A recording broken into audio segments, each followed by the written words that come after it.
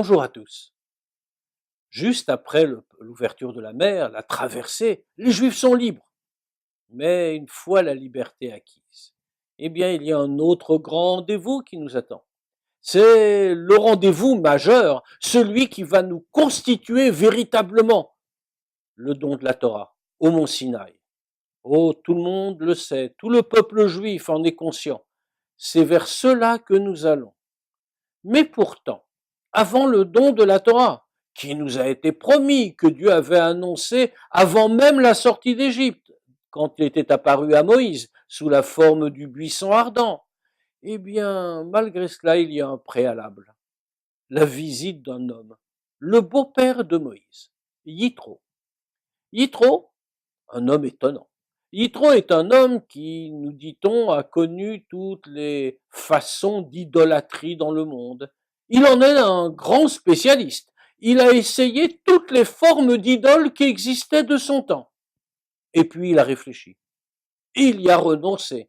Il a découvert, un petit peu à la manière de notre ancêtre Abraham, tout seul, il a découvert que ces idoles n'avaient pas de sens, qu'elles ne pouvaient pas prétendre à la condition de divinité. Alors il les a délaissées.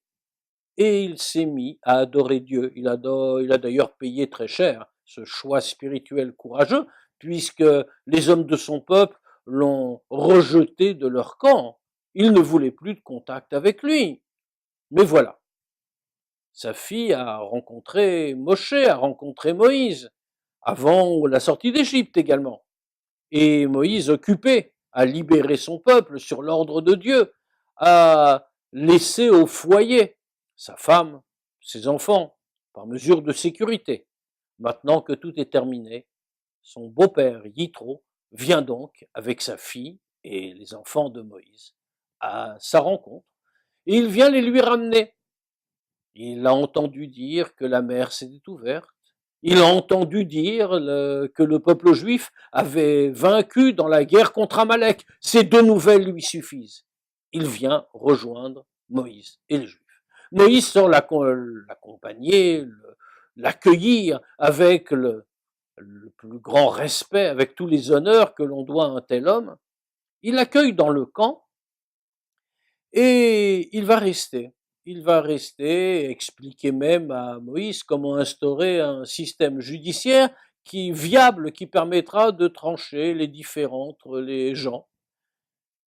Mais surtout, nous précisent nos commentateurs, si Yitro n'était pas venu à ce moment-là, s'il n'avait pas reconnu que Dieu est le plus grand, ce qu'il dit dans le texte, eh bien à ce moment-là, la Torah n'aurait pas pu être donnée. Voilà qui pose question. Comment? Le mérite de Moïse, le mérite de son frère Aaron, le mérite de tous les Juifs qui sont là, tout ce qu'ils ont fait, leur volonté de partir, de quitter l'Égypte, d'aller dans le désert à la rencontre de Dieu, tout cela ne suffisait pas. Il fallait que Yitro soit là pour dire Ata Yadati, maintenant je sais que Dieu est le plus grand, pour que la Torah soit donnée. Alors que finalement, on a affaire qu'à un homme qui, il n'y a pas si longtemps, a été un idolâtre. Pourquoi est-ce si important? Qu'est-ce que c'est que l'idolâtrie? Réfléchissons-y un instant dans les termes de Maïmonide. L'idolâtrie, c'est le fait qu'on décide d'accorder une importance aux grandes forces naturelles. On croit qu'il faut se concilier leur bonne grâce, on adresse ses prières au soleil, à la lune, au tonnerre, parce qu'ils conditionnent un peu notre vie. C'est ce qu'a fait Yitro. Yitro étant un spécialiste de l'idolâtrie, sait que les forces naturelles existent. Il les connaît toutes.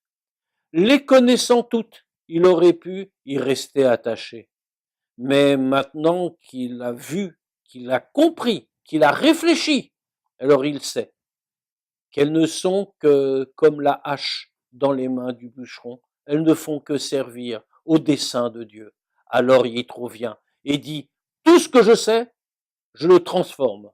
Ça n'était que mal, idolâtrie, présomption, c'est maintenant soumission à Dieu et grandeur. Ce discours-là, c'est celui qui fera pencher la balance. Oui, nous pouvons, nous aussi, transformer le monde et en faire le lieu où Dieu se révèle à chaque instant. Bonne journée à tous.